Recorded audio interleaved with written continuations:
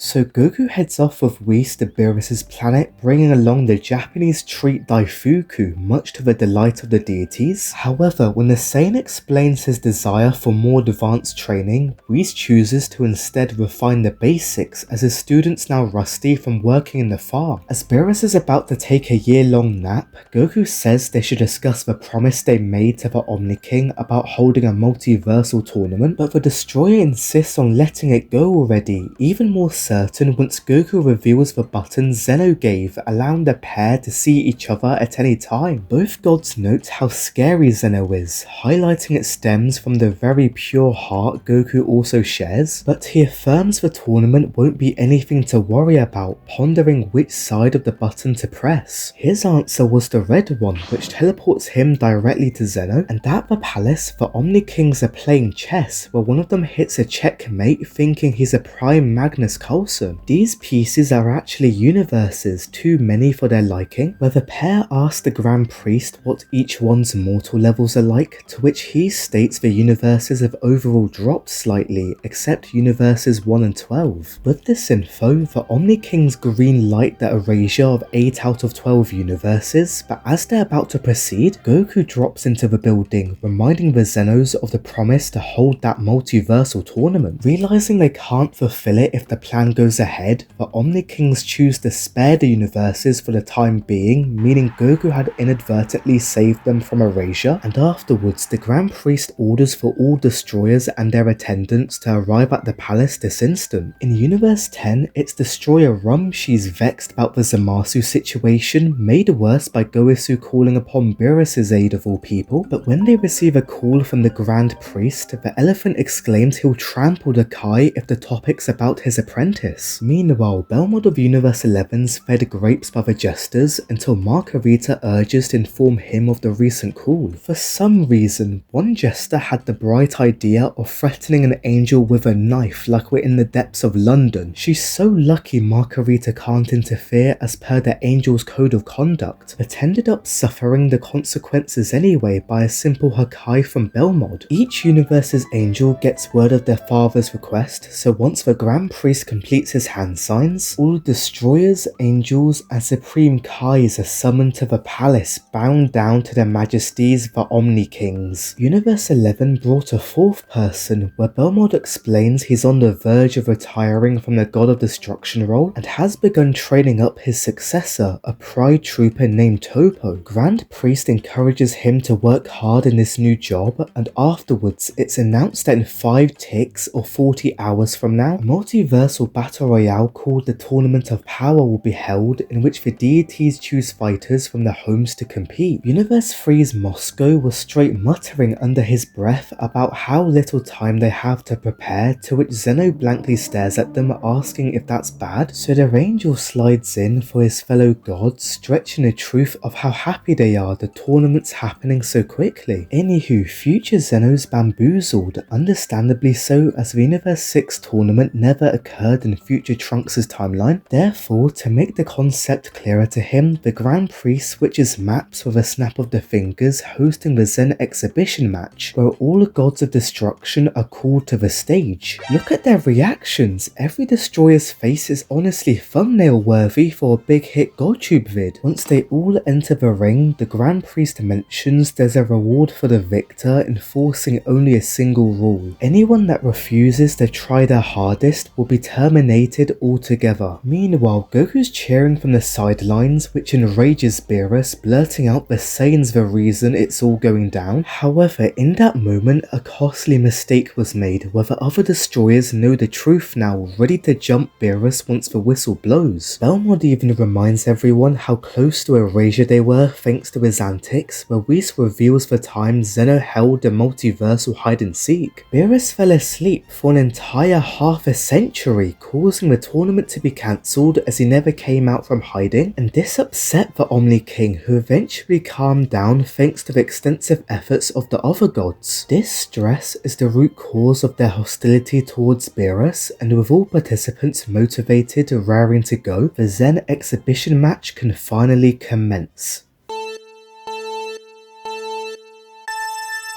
With the whistle gone, all destroyers immediately rush Beerus, to which this cat proceeds to dodge with such elegance, keeping calm against every deity's blows. Whis notes his disciple can sense attacks to evade automatically, referencing a certain divine technique. However, Beerus is then caught in the clutches of Moscow, showing even he hasn't fully mastered it yet. As the flock of gods rush in, Beerus makes some room for himself, vanishing in the nick of time, much to the surprise of his opponents, and the others now clock the cats flown to the sky, prepared to unleash a devastating combo. When they ascend, it turns out his twin brother was sent to the stars, whereas Beerus chose to lie low in cover prior to releasing a powerful ki blast that punishes the deities for not using their eyes properly. Luckily for them, Universe 9 Sidra was a monster group protecting them all with his trusty barriers, but once he disables it, the god gets kicked right in the lobe, crashing down into one of the floating platforms. The one who struck was none other than Belmod, insisting that friendly fire will be tolerated to win this thing, and once this happens, the clown levitates all contestants into the air, creating key cards between his fingers that shower down across every inch of the stage. No one has the countermeasures for such a move except Universe 8's Liqueur. He literally pulls out the Nine Tails, all to fire Vegeta's technique, which much to my shock was super effective. Smoke surrounds the field, enabling Helles to sneak in with a bow and arrow on the fox. Shame he didn't have a shield equipped. And at the other end, Rumshi unleashes a bellowing roar that paralyzes all the gods of destruction. Upon hearing it, your nervous system goes into shutdown from the lungs on the elephant, and as a result, Rumshi can stomp through without any problem, smacking away any destroyers in his path, including this Karibo looking one. At this point, there's so much carnage that Goku can't keep track anymore, which both Zenos also agree with, finding the chaotic mess to be boring. Anyway, the match's climax leaves only Beerus and Quintella remaining, eager to settle their long-awaited beef. So as a final hoorah, Tom and Jerry rush at light speed to knock each other out. However, the finale comes to a grinding halt when the Grand Priest blocks both their fists merely with his indexes. Their battle was too intense for the Zenos to enjoy, and therefore all destroyers are disqualified, meaning the match has been cancelled altogether, enabling the angels to step in and heal their gods back to full.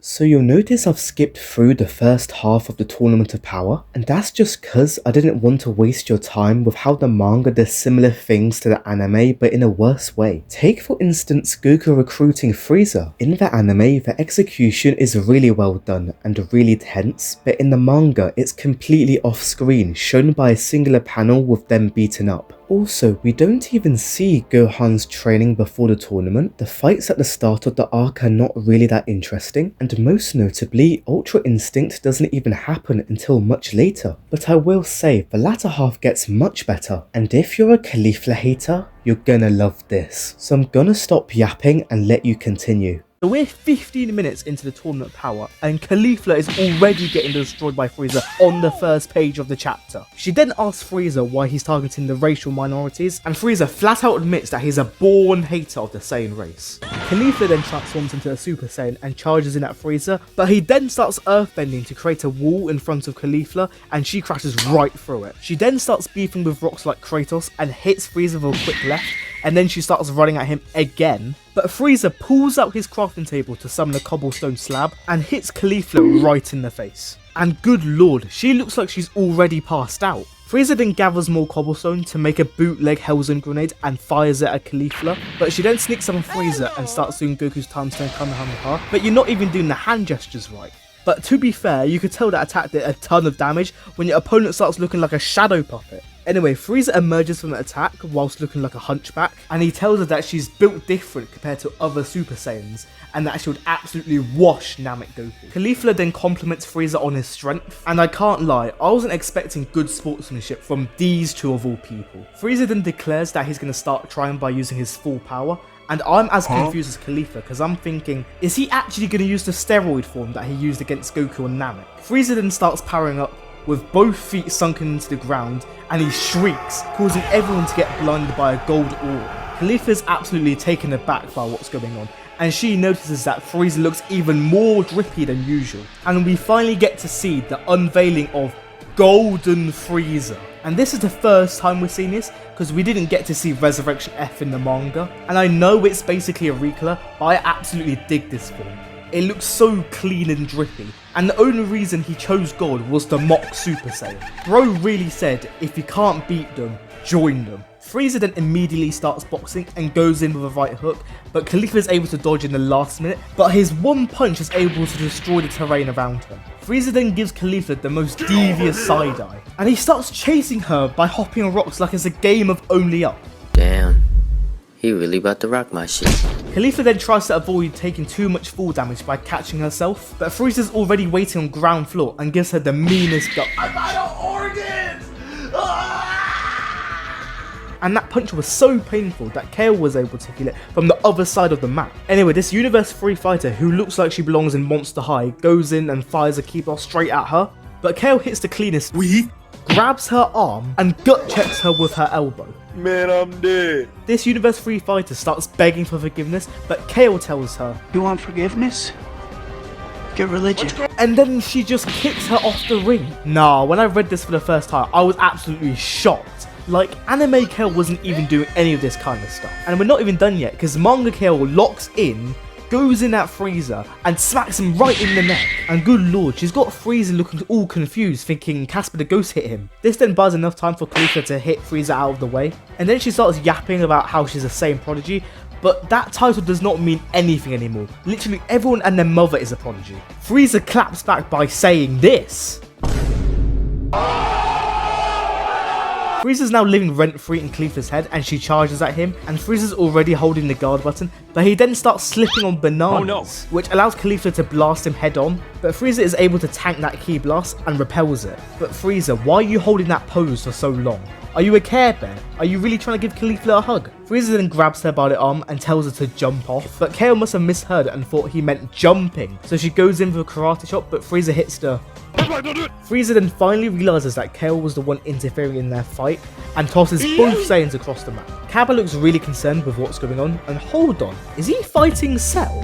He's finally back in Dragon Ball Super even before the superhero movie. But then Cabba just kicks it out like he's fodder. Khalifa's absolutely fuming with Kale for trying to steal her kill, but Khalifa hasn't got a single Elim this entire tournament. And oh nah, all three Saiyans are bowing to Frieza. I already know he was feeling some sort of nostalgia from Planet Vegeta. Anywho, Frieza tells him that Kale in her base form was doing more work than Khalifa as a Super Saiyan. But Kale says she was just lucky, that's all. Frieza then offers to get jumped by all three Saiyans, but Khalifa still thinks she's playing solos and rushes in. Frieza dodges the first hit, smacks Khalifa right in the air, and fires a death beam at her. And this next part is so diabolical. He then fires multiple death beams at her and starts juggling her. Nah, why does bro think he's playing a Mario Party minigame? Anyway, Cabba realizes that Kale's been holding back this entire time, but Kale says that's Cap, and Cabba realizes that Kale thinks she's not good as Khalifa, even though she's stronger than her. Kale then explains that Khalifa took her in when she had no place to go back to, and that's why she gives Khalifa the most respect, and why she thinks Khalifa is the best out of everyone in the gang. And am I the only one that thinks this has some parallels to when Trunks was hiding grade 3 from Vegeta, because he didn't want to hurt Vegeta's pride? And you gotta realize that Kale and Khalifa are not just bandits like in the anime, and instead they play more of a Robin Hood kind of role, which I actually respect, I can't even lie. Meanwhile, Khalifa's getting absolutely dropped by Frieza, and Cabba rushes in to assist, but Frieza's got the all-seeing eye,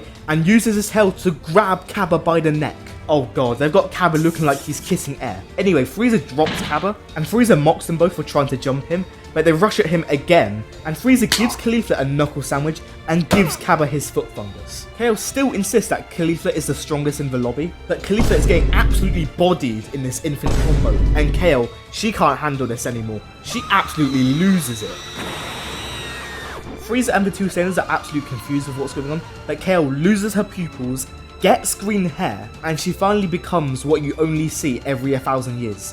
The legendary Super Saiyan. So Kale has just turned into the legendary Super Saiyan, but I don't think Frieza read the rarity on the packaging, because bro thought he got a common like it's Monster Legends. And in response to that disrespect, Kale grabs Frieza by the face, making him look all goofy, and serves some concrete for starters. And you know the other Saiyans are absolutely confuzzled when Khalifa somehow has the same hair color as Kale's. Kale then plucks Frieza out the ground like a carrot and starts swinging him in the air just to smash his face into the ground again. And you know Kale must have loved that move since she starts spamming Ctrl-C and Ctrl-V on her keyboard to give Frieza the Loki treatment. Kale then tosses Frieza into the air and bro is praying for this pain to end.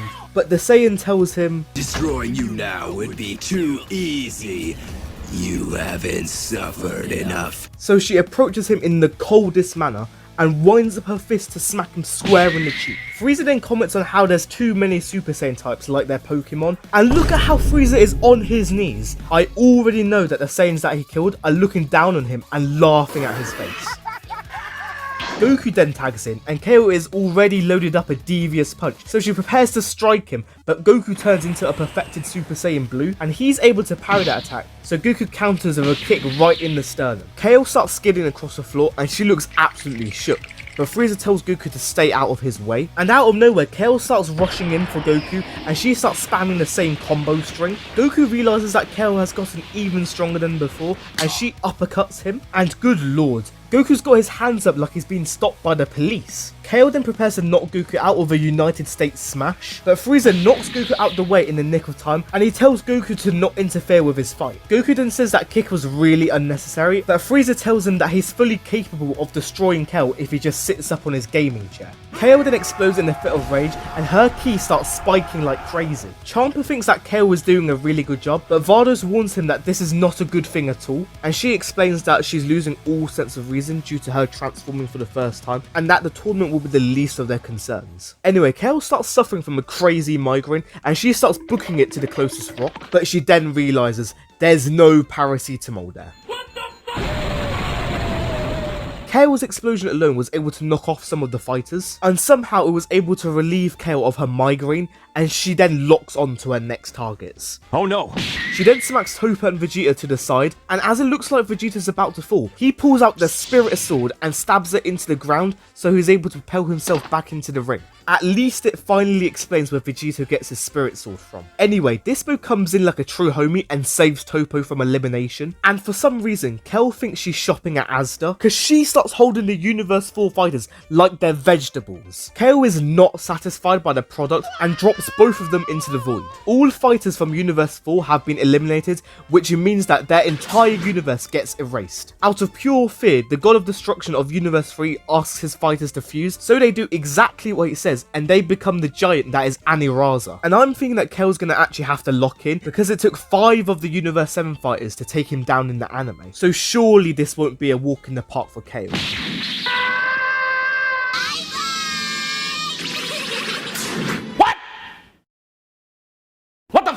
Anyway, Khalifa realizes that Kel was hiding her power to not hurt her feelings, but Cabba reassures her by saying that she didn't have any bad intentions. And Khalifa is more proud of her than anything, and she tells her to knock out the entire lobby. We then cut to Kel eliminating the last Universe 2 fighters, and Zeno Control-Alt deletes them from existence. Obuni is now the last remaining Universe 10 fighter, and Gorusa realizes they're absolutely cooked, but Obuni is just happy to carry out the will of the gods, so he charges in with a last hoorah, and Kel just puts him out of his misery. Universe 10 is then erased, and Kel single-handedly has eliminated 4 whole universes, like she's literally a Galactus level threat. Kel then starts tweaking like crazy, and Khalifa offers to sub in and give Kel a break, but she swipes Khalifa's hand away and starts running the other direction to increase her kill count. Khalifa then calls for Magetta to stop Kel, and he's able to do so by giving her a big hug, but then Kel commits friendly fire by lifting Magetta in the air, thinking she's Saiyan Saga Goku, and tosses him into the Shadow Realm. Khalifa realizes that Kel's gone absolutely bonkers, and the Universe 6 Namekians approach her and try to calm her down by saying that with her power they'll get this victory royale, but Kel does not understand Japanese, so she blasts both Namekians out of the ring. Khalifa asks Cabba what's up with Kel, and Cabba realizes that Kel might be the legendary Saiyan that awakens once in 1,000 years, and he noticed that these Saiyans continue to grow their power exponentially until they basically blow up like a bomb, and Khalifa's absolutely horrified that Kel could actually die, so Cabba charges in and he tries to remind Kel why they're fighting in the first place, but Kel has had enough of his waffling, so she chin checks him, and as the Saiyan is about to see the game over screen, Vegeta is able to grab him and tosses him back into the ring. He then pities Cabba for getting bodied by his own ally and asks what's going on with Kale. But then we cut to the same boxing with Universe 11, and one of them hits the allowing for him to punch Kale right in the spine. Another fighter punches her in the face, and Vegeta realizes that Kale's put all of her points into strength, but her moves are too one-dimensional, allowing for the Universe 11 fighters to read her like a novel. Whis also points out that the Pride Troopers teamwork is absolutely amazing, and this means they're able to move like Maharaga against any sort of opponent. Vegeta concludes that he doesn't need to fight her, but Cabba asks him how he could save Kale, and Vegeta reminds him that this is a battle royale and that he's not going to help another fighter from a different universe. Cabba then zones in and Khalif is ready to give it her all, but then 2 green earrings drop out of Khalifa's trousers. And Caulifla was moving on that Nathan Drake energy, saying that she stole these earrings from the Kai because she thought they'd be worth a fortune. Cabba and the 3 gods realize that Khalifa's got Patara earrings, and Champa demands that Caulifla puts one on her ear and the other one on Kale's. Bardos mentions that the Patara could count as tools, leading to their disqualification, but Champa literally just says YOLO because he knows that his universe is absolutely outclassed. Khalifa starts asking too many questions, and Champa tells her to stop back-chatting, so Cabba demands for one of the earrings and he starts booking it to Kale, but Dispo intercepts him and he thinks that Cabba's plotting something devious. So the rabbit prepares to finish Cabba off, but Khalifa is able to restrain him just in time, and as Kale is about to be sent to the Shadow Realm, Cabba jumps up like Superman and is able to put the earring on the Saiyan, and I don't know how he does this, but Cabba grabs Kale and flings her back into the ring. You've got to commend Cabba's strength here. He was able to throw someone triple his weight when he's built like a twig. He then tells Khalifa to put the other earring on, and she does exactly that. So Cabba gives the green light, and the 2 female Saiyans begin to attract to each other like magnets. And this allows them to merge together to form the fusion Kefla. And oh lord, why is her belly button built like a plus sign? We can literally do year 3 maths on there. Anywho, Kefla starts having an identity crisis, and both Krillin and Beerus think that Universe 6 should be disqualified, but both Zenos think fusion is cool, allowing for Champa to breathe a sigh of relief. Kefla then realizes how overpowered fusion is and challenges Universe 11 to a fight, so she begins by punching one of the Universe 11 fighters, and that single attack gives him a one-way ticket to the void. Kefla then shrugs it off like it's nothing, and starts running into the other fighters like she's a bowling ball. Nice throw.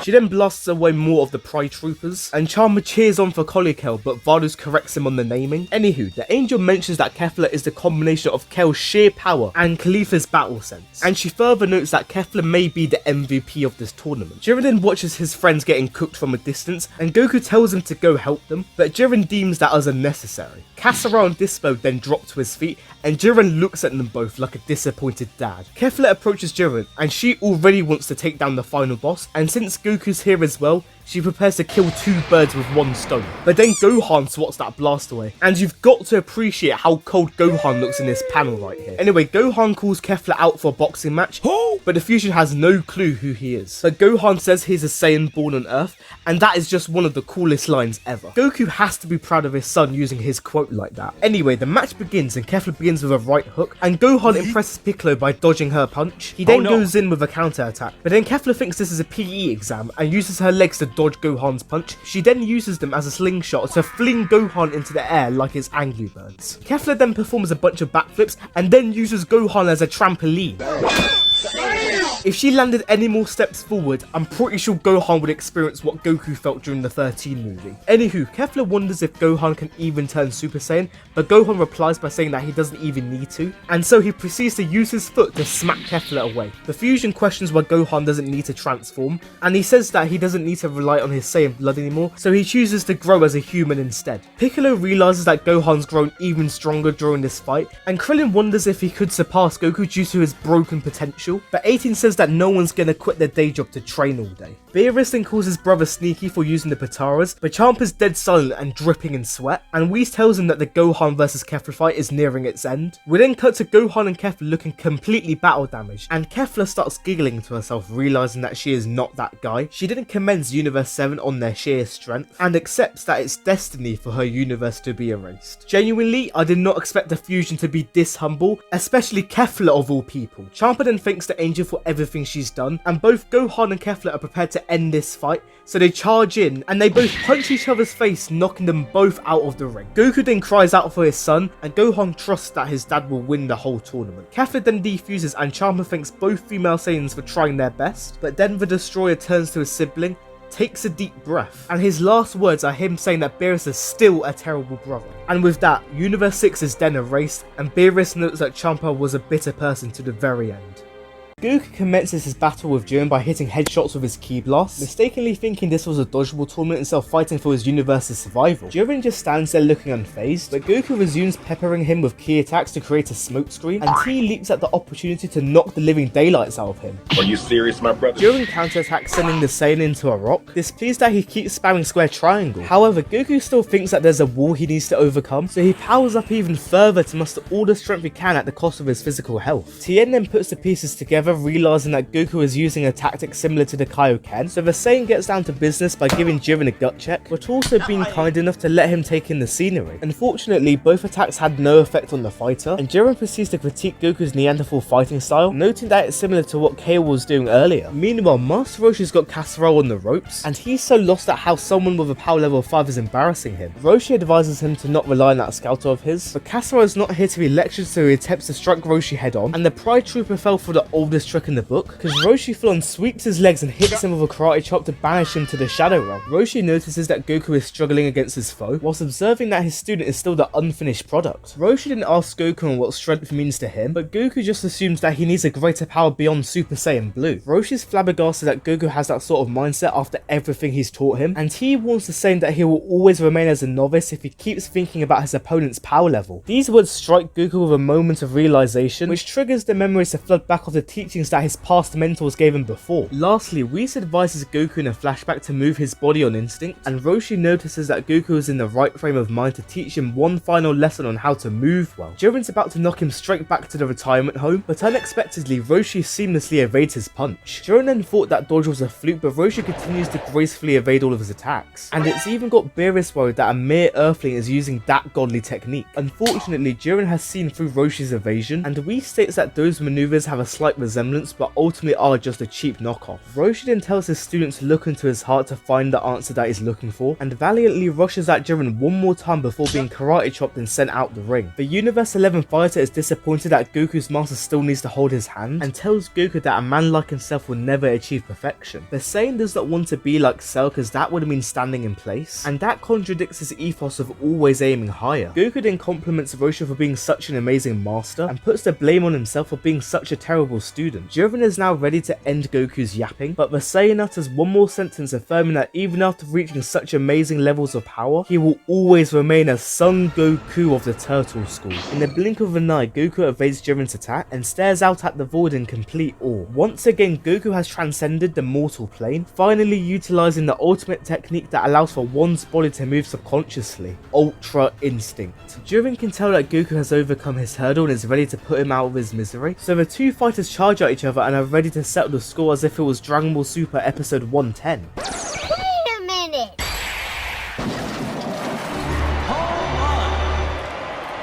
Whis snips that Ultra Instinct is such a difficult technique to master, observing that this is Goku's first time tapping into the ability. So the Angel speculates that Goku was using the light version of Ultra Instinct, more commonly known as Ultra Instinct Sign. Vegeta is now vexed that Goku has surpassed him again whilst he struggles against Toppo, and quite literally whines like a baby to produce an immense navy aura, pushing Toppo out of the arena. Vegeta now has a darker shade of blue hair, revealing that he has now reached Super Saiyan Blue evolution. So you mean to tell me that Vegeta has pulled a new form just because Goku lives in his head rent-free like how Dan TDM does in KSI's head?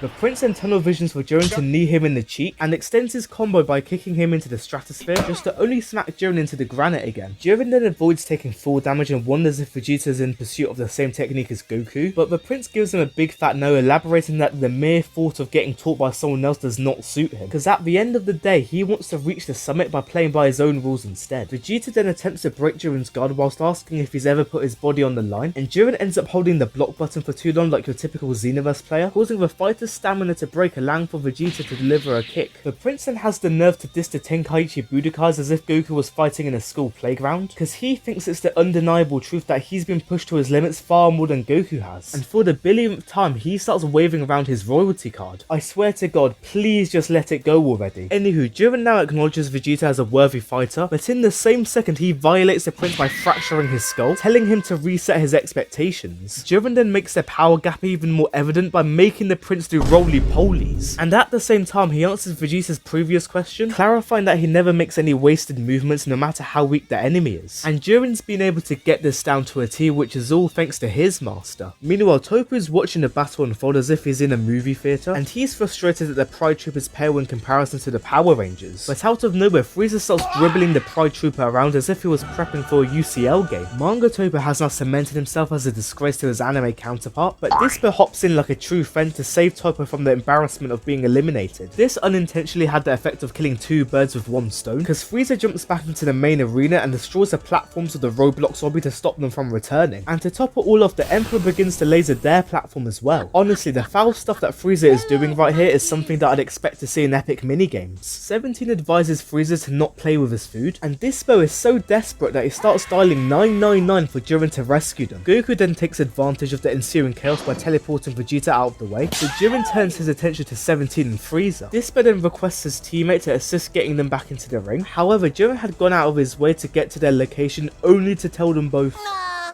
don't really feel like it. and eventually the platform splits in two, causing both Toppo and Dispo to be eliminated. Jiren's now the last fighter remaining, and Frieza calls him out for getting both of his teammates sent to the gulag, so the Emperor powers up to his golden form, but Jiren still has him outclassed. And Whis even points out that Frieza continues to throw hands even though he knows he's outmatched. The Emperor then takes a glance to his right to see that time is nearly up, and Jiren catches on to his plan, so he blows up the ground beneath Frieza's feet. The Pride Trooper is moments away from knocking out Frieza, but 17 jumps in to take the full force of the blow. Afterwards, he requests his twin sister and Krillin to look after his wife and 3 kids, which 18 agrees to, not thinking much of what he said. With that matter settled, 17 is curious if Jiren is here to fight for his universe's survival, or get a wish granted by the dragon. Jiren simply desires for both, which aligns with what 17 wants, so the android powers up to sacrifice himself for the sake of his universe, his planet, and most importantly, his family. It's me, Carl. Chill.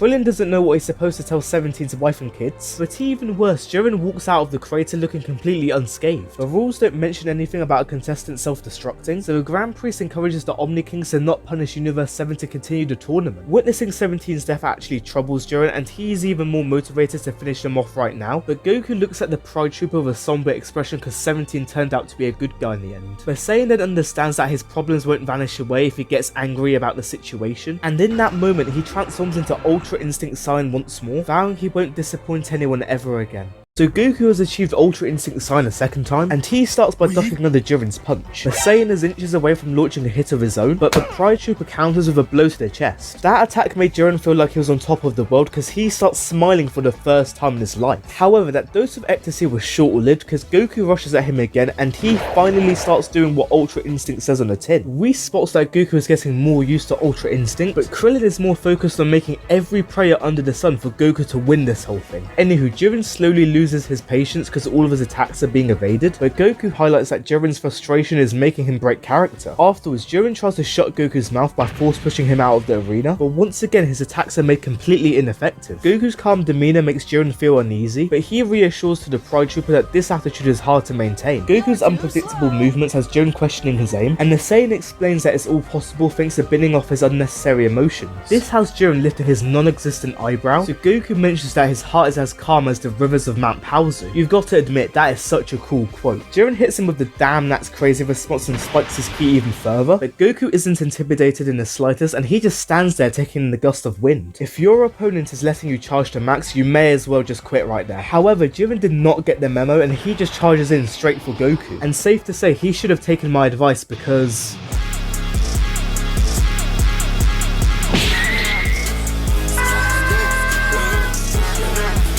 Beerus notices Goku's silver hair, and even the other destroyers are freaking out that a mortal has tapped into the godly ability. So Krillin wants to confirm if Goku has reached that next level, and Whis simply compliments Goku on mastering that godly technique, Ultra Instinct. Goku now has Jiren on all fours, so he leaps up to the closest rock whilst posing up like he's Spider-Man. He then descends from the high ground, and the pair of them proceed to clash, where Goku hits a beautiful sidestep before plunging his feet into Jiren's torso. That attack was so disgusting that Jiren starts pinging across the entire arena as if he was was trapped in Waluigi's pinball. The Universe 11 fighter gets slammed into the concrete, but he still tries to pull a sneak attack on Goku. However, the Saiyan perfectly times his vanish, leaving Vegeta left in the crossfire, to which he's able to jump out of the way at the cost of the entire bench getting eviscerated. Jiren thinks he's finally won, but he should have looked up because Goku is soaring in the sky, charging up a Kamehameha.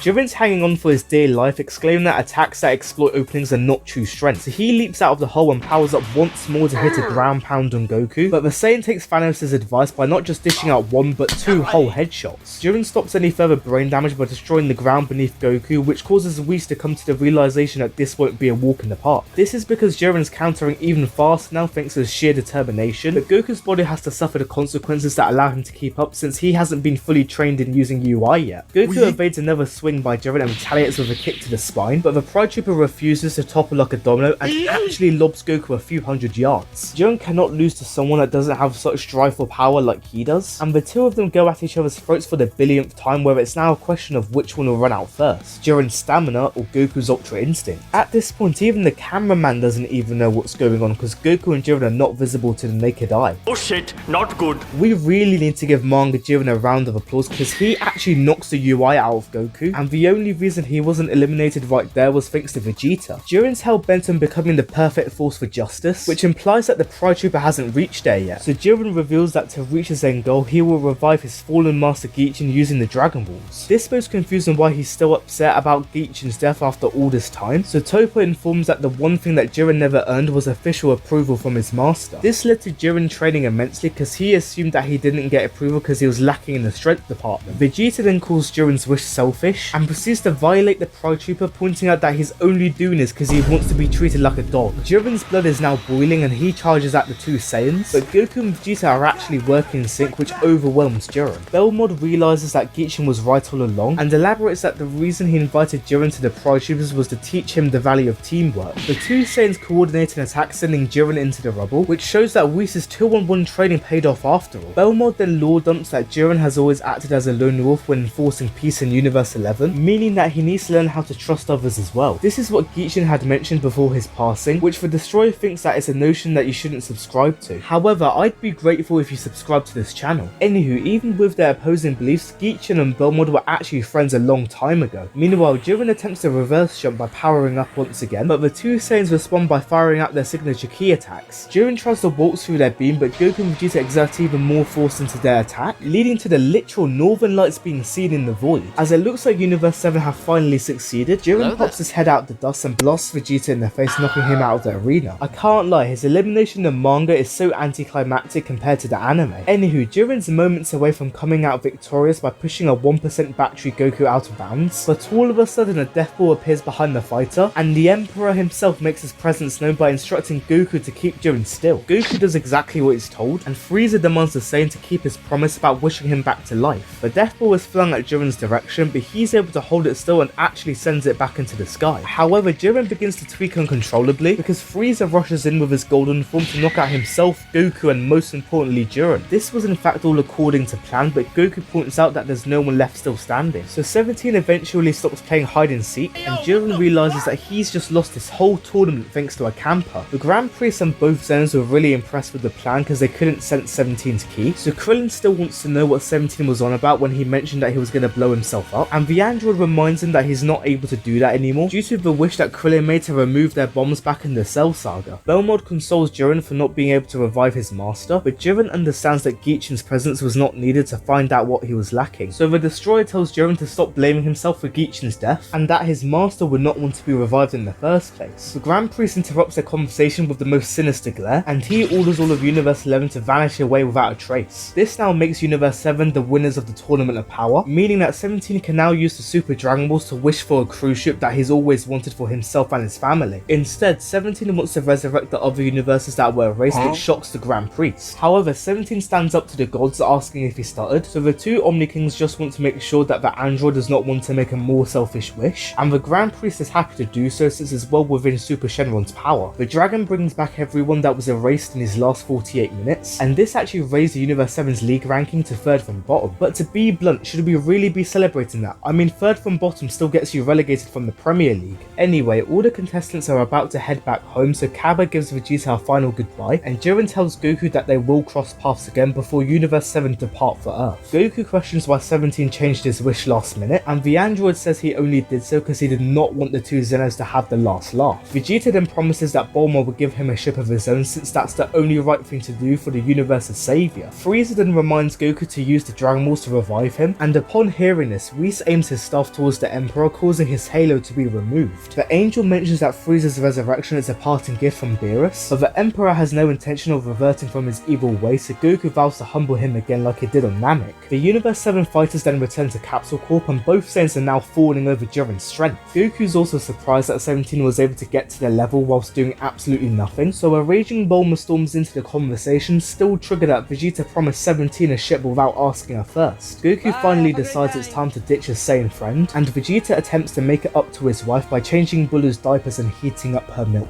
Just as a side note, the events of the Broly movie also happen in the manga, but all of it is summarized into a literal manga panel. The only change is that Broly does not have his full power Super Saiyan form, and even with that, Gogeta knows that their battle was too long to put into a manga chapter.